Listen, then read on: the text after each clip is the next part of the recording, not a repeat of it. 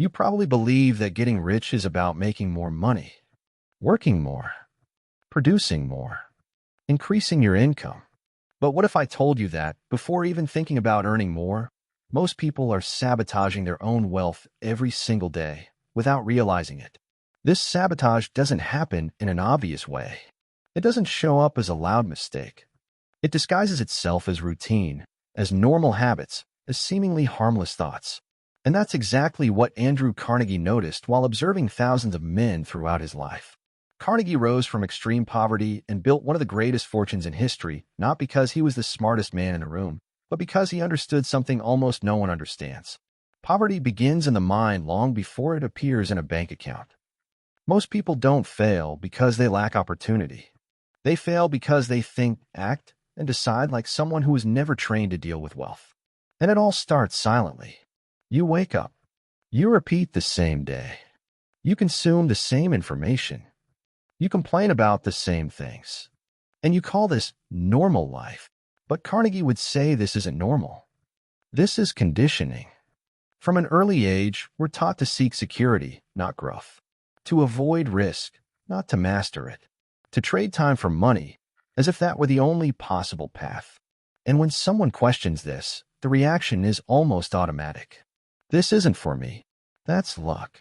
That's for different kinds of people. That is the first act of sabotage. The belief that wealth belongs to a specific type of person, and not to you.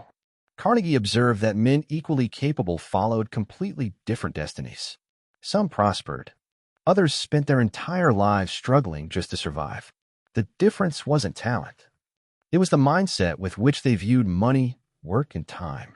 The man who believes he was born to obey will obey his entire life. The man who believes he was born to create will create opportunities where others see obstacles. And here is something uncomfortable. No one prevents you from becoming wealthy more than you do.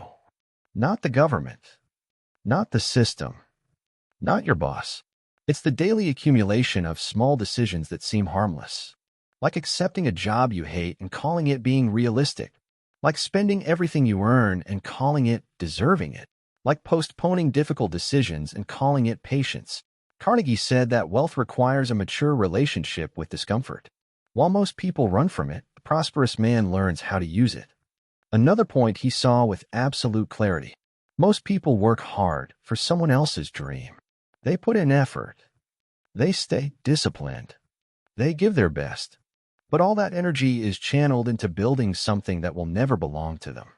And when the day ends, all that remains is exhaustion. Carnegie didn't condemn hard work. He condemned hard work without vision. Working without understanding how money works is like filling a bucket with holes. No matter how much you pour in, it will always be empty at the end. And here comes another daily act of sabotage. Not studying money. People spend years studying to work. But they spend a lifetime without studying how money actually multiplies. They learn how to earn, but they never learn how to keep, invest, or expand. Carnegie understood that money respects those who respect it and ignores those who treat it emotionally. If you spend to relieve frustration, money leaves. If you spend to prove something to others, it disappears. If you spend without intention, it never takes root. Wealth isn't just accumulation. It's direction. And perhaps the greatest mistake of all is this: the belief that you're not ready yet. Carnegie started small, extremely small, but he started before he felt ready. Most people wait for the perfect moment. Perfect knowledge, perfect security. That moment never comes. Meanwhile, the years pass. Energy fades. And the person convinces themselves that there wasn't enough time. It wasn't a lack of time. It was an excess of waiting. Wealth requires imperfect movement, not eternal planning. And when Carnegie observed those who failed repeatedly, he noticed something brutal. They were always busy, but rarely progressing. Busyness is not progress. A full schedule is not growth. Exhaustion is not proof of advancement. Many people feel productive simply because they are tired. But exhaustion without direction is just wear and tear. The real daily sabotage isn't one big mistake. It's 1,000 small habits that seem normal but build a limited life. And as long as you don't question those habits, they decide your future for you. Carnegie believed that every man must, at some point in life, make a silent choice to continue living as he was programmed, or to take full responsibility for his own financial destiny. That choice doesn't happen on a stage. It doesn't come with applause. It happens in silence, and most people never make it. Here is a clear, faithful English translation, preserving tone, intensity, and meaning. And when someone doesn't make this choice consciously, life makes it for them. It chooses the limit. It chooses the invisible ceiling.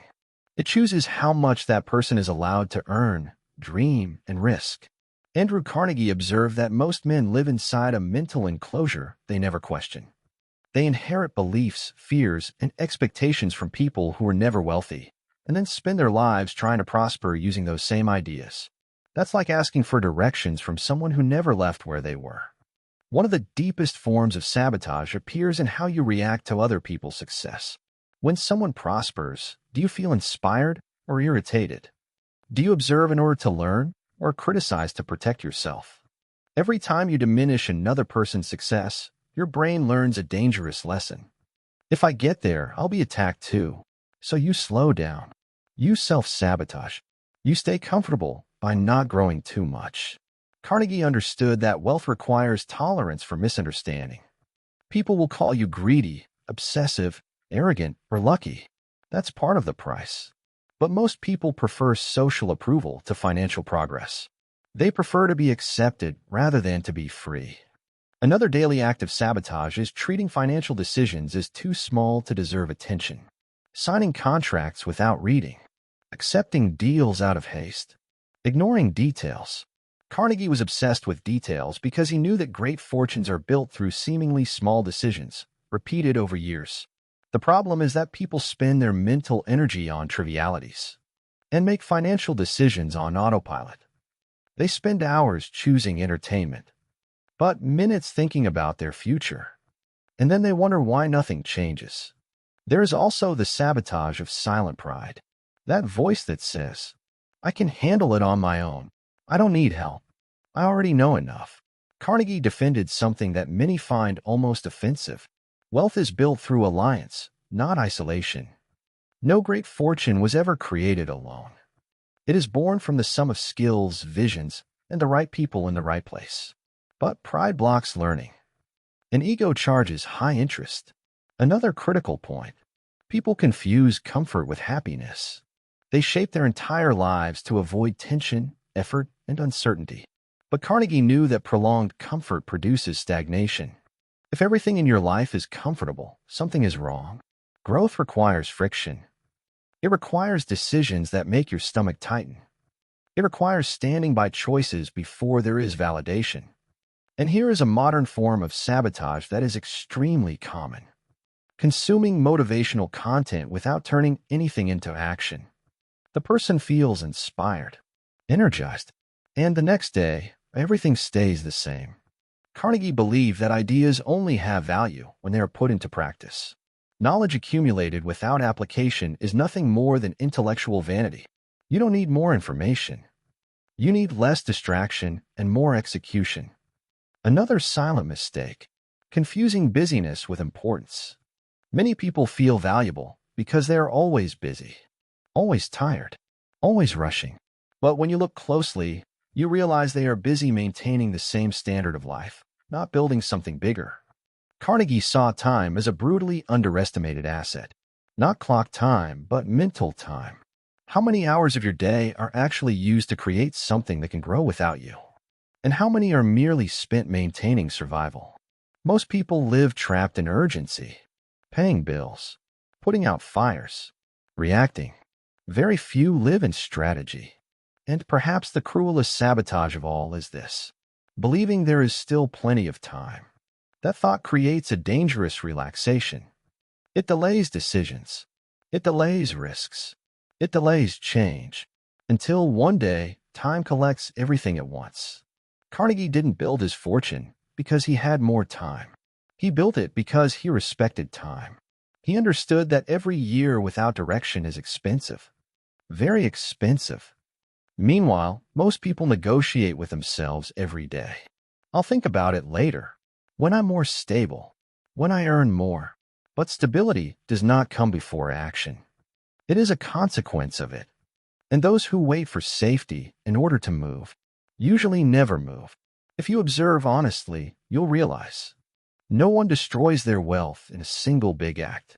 It's destroyed through small daily concessions, accepting less than you're worth, not negotiating, not asking, not trying. Carnegie said the world rewards those who ask for more than they think they deserve and punishes those who settle for crumbs. Money follows courage. And all of this leads us to an uncomfortable question. How many times today did you choose the easy path, knowing it keeps you exactly where you are? Because wealth is not a future event. It begins in the pattern of decisions you repeat when no one is watching. And if that pattern doesn't change, no matter how much you earn, there will always be something draining your prosperity. The sabotage isn't outside. It happens within. And while you don't recognize it, it works every single day, silently, against you. And the most dangerous thing about this sabotage is that it doesn't shout. It whispers. It shows up as a reasonable voice, almost logical, telling you that you're being prudent, that this isn't the right moment, that it's better to wait a little longer. And while you listen to that voice, other people, no smarter, no more talented, move ahead. Andrew Carnegie said that the world does not reward intention. It rewards position. It doesn't matter how much you want to prosper. What matters is where you place yourself every single day. There is a brutal difference between those who think like owners and those who think like employees, even when both hold the same position. The employee asks, "How much will I get paid for this?" The builder asks, "What can this become?" Most people never ask that second question. And that omission costs a lifetime. Another silent form of sabotage is emotional attachment to money. When money is seen as something rare, fragile, or hard to obtain, every expense hurts, every loss scares, every risk paralyzes. Carnegie understood that money does not like fear. It flows toward clarity, intention, and structure. Those who treat money as something too sacred never multiply it. Those who treat it as disposable lose it. But those who treat it as a strategic tool grow. And here is a point almost no one accepts. If you don't control where your money goes, someone else controls it for you. Advertising, emotional spending, social status, constant comparison. All of this is designed to drain resources from those without a plan. You think you choose what you buy. Most of the time, you're reacting. Carnegie observed that wealthy people think in terms of systems. Poor people think in terms of events. A single gain does not change a life. A well-built system changes everything. But building systems requires patience. And patience is not waiting. It is continuing to act when results haven't appeared yet. Another daily act of sabotage is ignoring the power of environment. You become the average of the conversations you hear, the ideas you accept, the ambitions you consider normal. If everyone around you complains about money, if everyone sees wealth as distant or suspicious, if everyone mocks those who try something different, you will need enormous mental strength not to be shaped by it. Carnegie carefully chose the people he surrounded himself with, not out of arrogance, but out of intellectual survival. Environments shape patterns. Patterns shape destinies.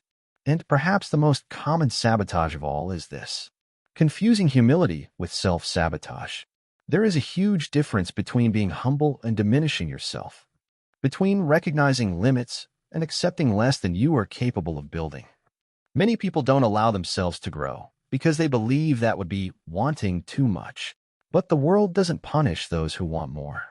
It simply tests whether they can sustain that desire. Wealth requires identity. You need to see yourself as someone capable of handling more responsibility, more decisions, more impact. If you see yourself as small, you will maintain small results. And none of this changes with a single event. It changes through repetition, through decisions made when no one applauds, through choices that don't bring immediate praise, through silent discipline. Carnegie didn't wake up motivated every day. He woke up committed. Motivation fluctuates. Commitment builds. And here is a truth few people like to hear. No one discovers the path to wealth. It is built, adjustment by adjustment. You test. You fail. You correct. You persist. While most people quit because it didn't work fast enough. And every time someone quits early, they reinforce a dangerous belief. This doesn't work. It doesn't work for those who abandon it. Daily sabotage also appears when you avoid looking at numbers. Avoid facing expenses. Avoid measuring results. What isn't measured doesn't improve. What isn't observed gets lost. Carnegie knew exactly where every cent was. Not out of obsession, but out of awareness. Awareness creates control. Control creates growth. And perhaps the final great sabotage is living to look good instead of living to be well. Status consumes resources that freedom builds. The need for approval is expensive. While you try to impress people who don't pay your bills, you drift away from who you could become. Wealth is not loud in the beginning. It is discreet, almost invisible. It grows behind the scenes while the world is distracted. And the question that remains, now clearer than ever, is not whether you have the potential to become wealthy. The question is, how many habits are you willing to abandon so you stop sabotaging your own wealth? Because as long as you don't change the pattern keeps deciding for you. Here is the accurate, natural English translation, keeping the weight, pacing, and tone intact. So let's close this the right way. Without rush, without empty phrases, with truth. Because after everything that's been said, it becomes clear that the sabotage of your wealth was never an accident. It was tolerated. Tolerated when you accepted less to avoid conflict. When you chose comfort over growth. When you postpone important decisions waiting to feel safe. Life will never warn you that you're falling behind. It simply moves on. And one day you realize that you worked hard, were responsible, did everything right, yet built very little of what you truly wanted. Andrew Carnegie understood something that still makes people uncomfortable today. The world isn't fair, but it is predictable. It rewards those who take full responsibility and ignores those who outsource their lives to circumstances, people, or systems. As long as you blame external factors, you surrender control. And control is the foundation of all wealth. Wealth doesn't begin with money. It begins when you decide that no one will think for you, that you will question inherited habits, that you will be skeptical of advice from those who never built anything, that you will stop confusing survival with progress. The most dangerous moment in someone's financial life isn't when money is lacking. It's when everything is more or less, because more or less numbs you. It doesn't hurt enough to force change, and it doesn't grow enough to set you free. Carnegie didn't wait for collapse. He moved before it. And perhaps this is the final question that remains for you. If nothing changes, if you keep making the same decisions, with the same habits, with the same fears, where exactly will you be 5 years from now? The answer isn't hard. It's already being built today. Every small choice matters. Every concession leaves a mark. Every postponed decision charges interest. But here's the part almost no one notices. The same power that builds this sabotage can be used to reverse it. On the day you decide to study money seriously. On the day you choose a better environment. On the day you accept discomfort as part of the game. On the day you stop asking for permission to grow. Nothing explodes. Nothing changes overnight. But something inside realigns. And that realignment changes everything. Carnegie said that the true turning point in a man's life is when he stops seeing himself as a victim of circumstances and begins to see himself as the author of his own destiny. From that moment on, every decision carries more weight.